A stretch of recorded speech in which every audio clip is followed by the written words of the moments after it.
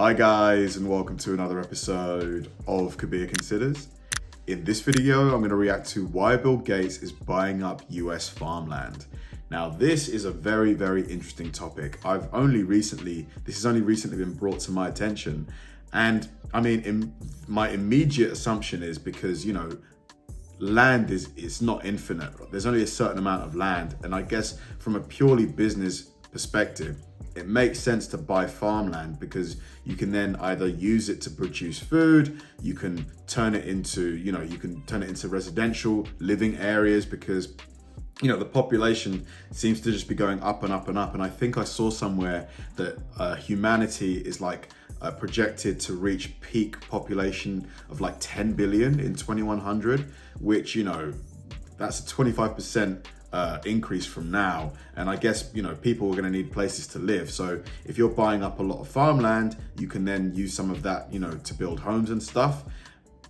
But maybe it's for other reasons, who knows? Bill Gates is clearly a, super intelligent guy. I'm sure he's, got very, very clever people working for him as well. So, very clever advisors. So I'm interested to see, what is the reasoning behind this? But I suspect it's probably,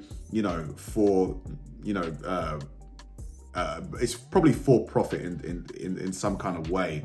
Should be quite interesting. Let's do it. Bill Gates owns more land than all of the entire city of New York. Jeff Bezos' land is double the amount, clocking in at 420,000 acres. Wow. John Malone, the largest private landowner in America, owns 2.2 million acres all by himself. 2.2 million acres. It's really hard to put that amount of land into perspective that a normal person can understand. I think an acre is 2 soccer fields or something like that.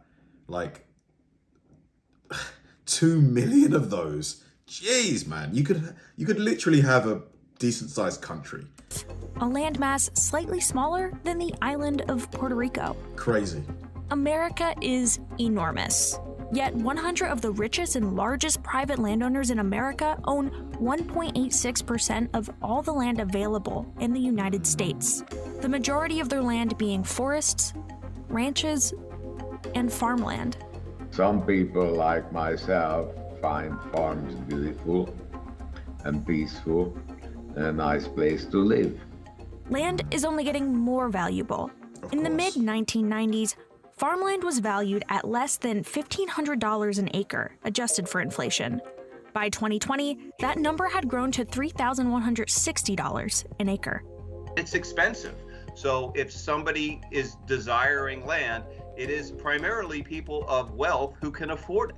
Institutional capital is growing and it's becoming a bigger piece of the market. It's about a $3 trillion asset class when you look at the whole U.S.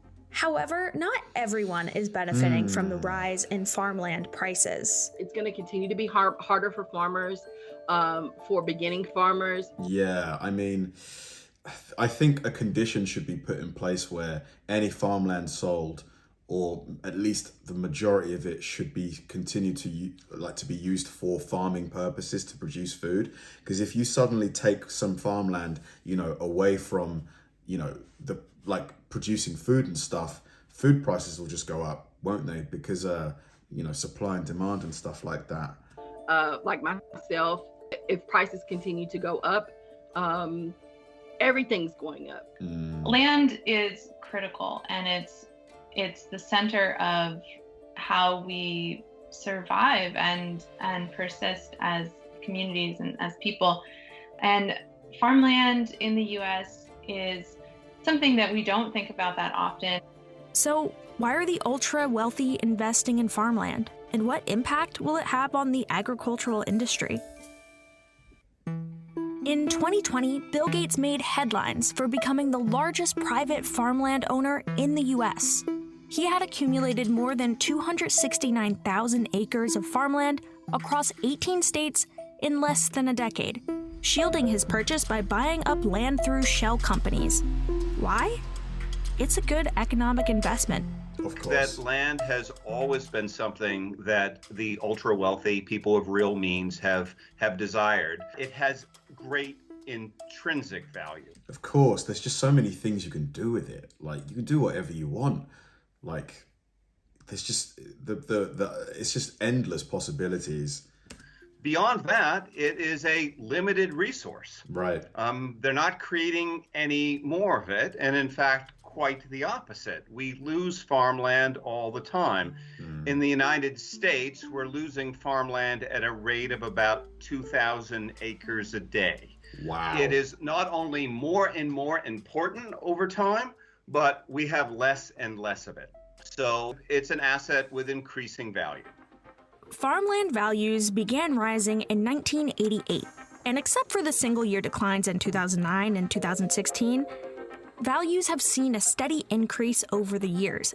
And it's just going to continue, like, especially in a country like the US, where a lot of people from around the world want to move to. It's going to create more demand for new homes. Developers are going to have to buy the land from somebody. In the mid-1990s, farmland was valued at less than $1,500 an acre. By 2020, that number had grown to $3,160 an acre. It's not correlated with the stock market and other major asset classes, and so people like that diversification. And it's been a very stable performer. If you go back to COVID, when the stock market, lost 10, 20, 30, 40% at the beginning of COVID, you don't wake up and find out that your farmland's worth 50 cents on the dollar the next day. Bill Gates is not the only one eyeing this investment. In 2011, the top 100 largest private landowners owned about 32.7 million acres of land across the United States. Today, that number has grown to over 42.1 million acres, roughly the size of Florida and Connecticut combined. Wow. His farmland grows onions, carrots, and even potatoes that are used to make McDonald's French fries. Thomas Peterfy is the 17th largest private landowner in the U.S., owning 581,000 acres. The reason I own lands in the Midwest is because these are agricultural lands, right? And that's where the farms are, right? I'm not farming in Boston. If someone is really interested in acquiring a piece of land, and with farmers, once you own one parcel, you often want to own the parcels that are adjacent to it. Yeah, it's a weird one. I'm not sure how I feel about this, because on the one hand, you can't really stop somebody from selling their farm. Like, if they get made a really good offer, and they're tired of waking up at 4 a.m., or whatever it is, they should have the right to sell their farm to whoever they want. If Bill Gates is offering more money than another farmer, they should sell it to Bill Gates, I guess. But on the other hand, having few people in control of so much land, you kind of get into monopoly type situations where, very few people control vast amounts of an asset. They can then, corroborate and do stuff like price manipulation and things like that. I don't know. It's a weird one. How do you feel about this? So if you can make those purchases quietly, it might be a far more successful way to make those purchases economically. They were not one large transaction. There were several smaller pieces, and they were usually purchased at auction. The vast majority of the land held by the largest private landowners are forests, ranches, and farmlands, located in states west of the Mississippi River, with few exceptions like Maine and Florida. When we think about farmland, we think about the Midwest being, the most fertile, most valuable farmland in the world. And I liken it to being the Manhattan of farmland when you look at Iowa, Illinois, those types of regions. But then when you look at California and the Pacific Northwest up in Washington and Oregon and the Mississippi Delta, those are some other major regions that you'll see a lot of that major capital playing in. And that's where the agricultural productivity is. Today, the U.S. Department of Agriculture estimates that 30% of all farmland is owned by landlords who don't farm themselves. I see. Buyers often purchase land from farmers who have owned it for decades, many of whom are asset rich, but maybe cash poor. Yeah. The way the market works is the land transitions primarily to the people who will pay the most money. Similar things are happening in property, in real estate, where you've got companies like BlackRock allegedly buying up huge amounts of houses on the market, and apartment buildings and stuff like that. And then they have no intention of ever selling those properties, but they just rent them out, and what this does is then it creates a smaller amount of starter homes for people, driving up the prices for the remaining homes that are available. This is potentially what could happen with farmland. If you just have super rich people buying it all up with no intention of selling it, but they just lease it, it's just gonna, the supply and demand situation is just going to become unsustainable for it.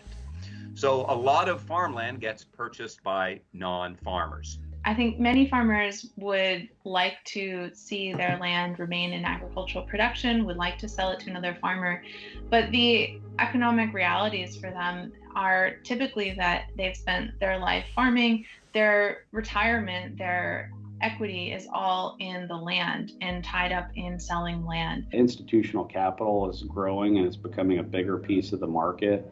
And it is part of that wealth transfer that's happening when you look at the demographics behind who owns farmland. A profit can also be made by utilizing the land in numerous ways.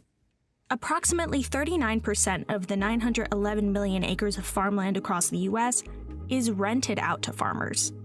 And 80% of that rented farmland is owned by landlords who don't farm themselves. For a lot of non-farmers who purchase property, they may then hire somebody to farm the property for them. They may lease the property to be farmed by others. And leasing is actually often a very good strategy for farmers if it's a well-structured lease. What we're seeing right now on Midwest cropland cap rates. But it's only profitable as long as you're selling your products that you're growing or rearing at a profit. Like if there's a sudden, drop in prices of corn or whatever, but your lease, that's it. There's no negotiation. Like if the price of the crop goes down, the lease doesn't go down. You're suddenly operating at a loss, aren't you? It's close to 2.5 right now. And so, you go buy a farm and you put that cash rental lease in place, you're going to be looking at about a 2.5% return on your capital. In some cases, there are tax incentives that incentivize landowners to have farming occurring on their land, and that is giving them a tax break essentially for the work that the farmers who are leasing from them are doing, but it can in some cases mean that the farmers get a break on the lease price as well. The involvement of private landowners has had a significant impact on farmers in the United States. Some argue in its support, suggesting that the process of leasing farmlands has given new opportunities for farmers who wouldn't normally be able to afford to farm.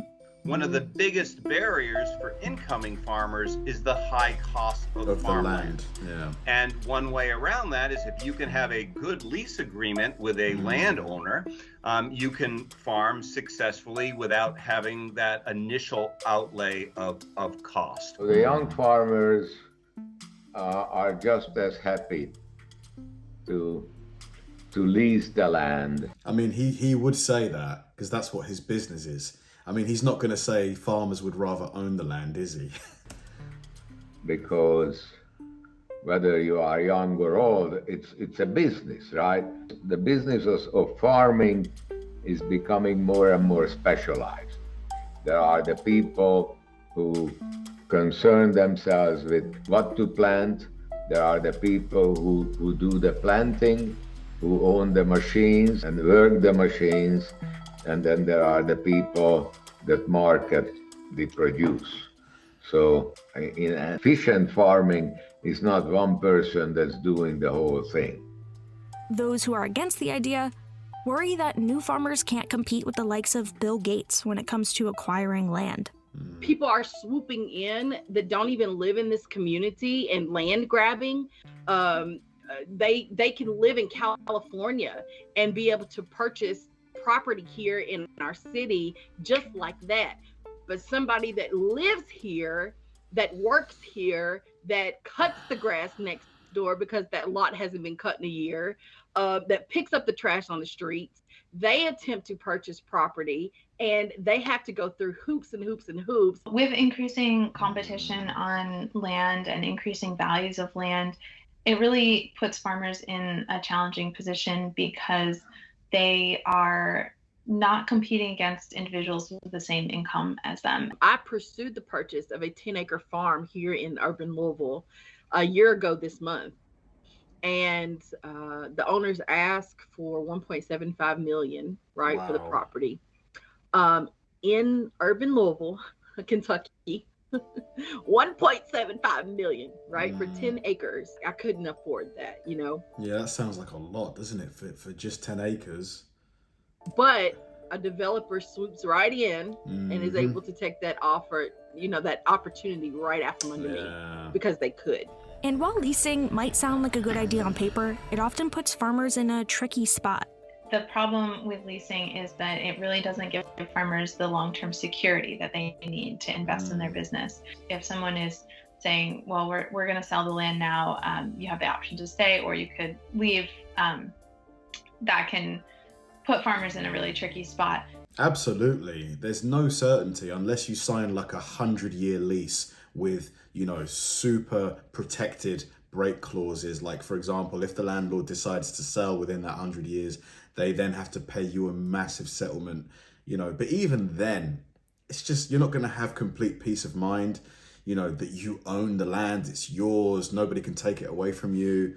In some areas, the engagement of private landowners has also led to soaring housing prices and cost of living. When you look at these rural communities, there's definitely winners and losers in terms of various parts of the country. When you get into the Mississippi Delta, for instance, where they've lost a lot of the tobacco industry or the cotton industries evolved through the years, you've seen some of these towns really struggle and they've lost their industry, and that's created a lot of poverty in some areas of agriculture.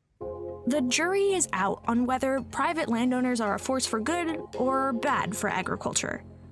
But more farmland is expected to make its way to the market in the future.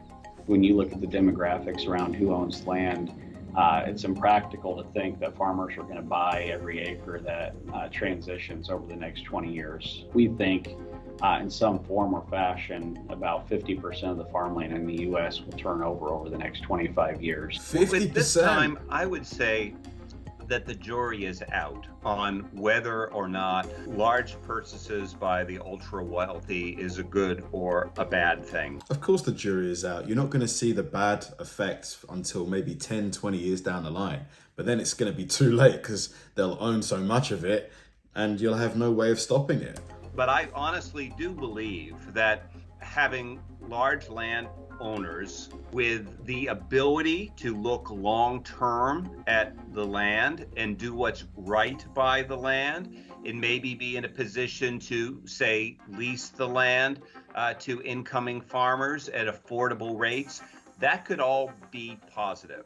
And so I'm hopeful it can be that. There are fewer and fewer farmers with every U.S.